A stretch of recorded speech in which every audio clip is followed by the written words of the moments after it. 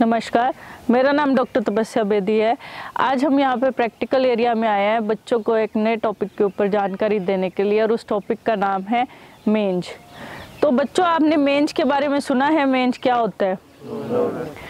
मेंज एक तरह की खुजली होती है। जिस तरीके से आपने आवारा पशुओं को देखा होगा, कई बार उनकी स्किन के पूरे बाल उतर जाते हैं, उनकी चमड़ी बिल्कुल लाल हो जाती है और मोटी मोटी चमड़ी हो जाती है, उस पर झुर्रियाँ पड़ी हुई होती हैं और खून रिसने लग जाता है उसमें से। मतलब कई बार तो आप ये सोचते हो देख के भी, मतलब इस पशु की कितनी मतलब ऐसी स्थिति हो रखी है अभी, मतलब बहुत ज़्यादा खुजली के कारण, है ना। तो ये कैसे होता है? ये एक तरीके का, जैसे कि हम बात करते हैं, जैसे एक टिक्स का इन्फेक्शन होता है, तो टिक्स की तरह ये एक माइट्स होते हैं, उनका इन्फेक्शन होता है ये, ठीक है। तो ये माइट्स जो होते हैं ये 0.5 इंच तक ना चमड़ी के अंदर मतलब चले जाते हैं और अंदर जा कर के ये अंडे दे देते हैं।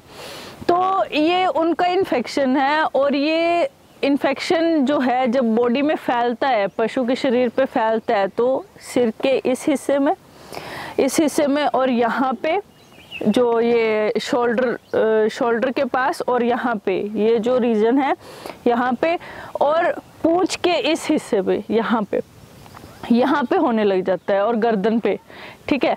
तो ये जो दिक्कत है, मेंज की दिक्कत है, इसके आपको सिम्टम जो है यहाँ पे देखने पे मिलेंगे। तो स्किन की बेसिकली हम बात कर रहे हैं, ये जो बीमारी है स्किन की बीमारी है, ठीक है। तो ये जो है स्किन को ज़्यादा इफेक्ट करेगी। तो इसमें क्या होगा, इसमें जो पशु है उसके बहुत ज़्यादा खुजली होगी, और इतनी ज़्यादा खुजली होगी भी, उस पर खुजली कर करके उसकी स्किन वहाँ से सूख जाती है और पपड़ी बनने लग जाती है। पपड़ी बन के वो पपड़ी जब जहाँ कहीं गिरेगी, और ये साथ में आपको मैं बता दूं भी, ये जो बीमारी है ये छूत की बीमारी है। अगर किसी पशु को है और अगर उसका कोई ट्रीटमेंट कर रहा है, या पशुपालक भी अगर उसके दवा लगा रहा है, तो उसको भी ग्लव्स पहनने चाहिए इसमें। क्योंकि छूत की बीमारी है तो टच करने से भी फैलेगी। या पशु जो है इसको रगड़ के पेड़ से रगड़ेगा, उसके खुजली होगी, खुजलाहट को दूर करने के लिए वो पेड़ से रगड़ेगा, और किसी दीवार से रगड़ेगा, या फिर वो खुद ही मतलब अपने दांत से उसको खुरचने की कोशिश करता है उस हिस्से को जहाँ पे वो उसके खुजलाहट हो रही है।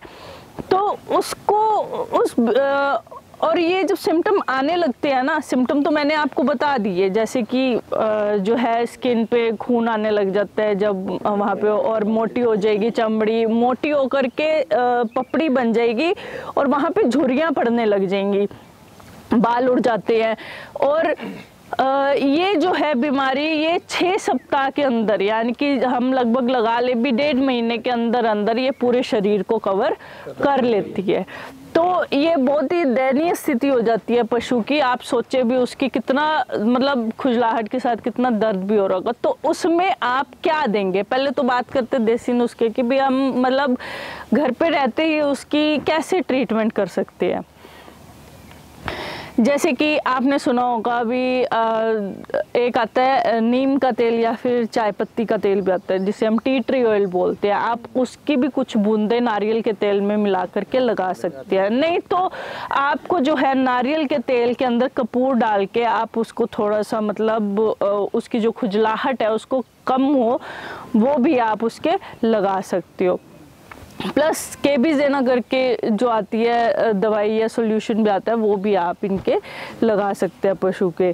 और जो है आइवरमेक्टिन तो आपको पता ही है, जो टिक्स इन्फेक्शन में भी दिया जाता है। तो आइवरमेक्टिन जो है आप छोटे पशुओं में 1 ml और बड़े पशुओं में 2 ml से 5 ml, और लास्ट जो है 7 ml तक आप वो बड़े पशुओं में सबकट रूट से दे सकते हो। वो भी थोड़े दिन के बाद रिपीट करना होता है, हर रोज़ नहीं लगाना होता। वो छोटे पशुओं में इसलिए छोटे पशुओं में 21 दिन के बाद रिपीट करते हैं। अगर बहुत ज़्यादा सीरियस कंडीशन है तो आप कुछ दिनों के बाद जो है उसको रिपीट कर सकते हैं।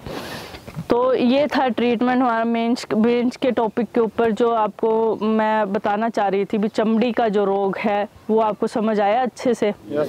तो ये था मेंज के बारे में आज हमारा टॉपिक, जो हमने बच्चों को जानकारी दी। धन्यवाद।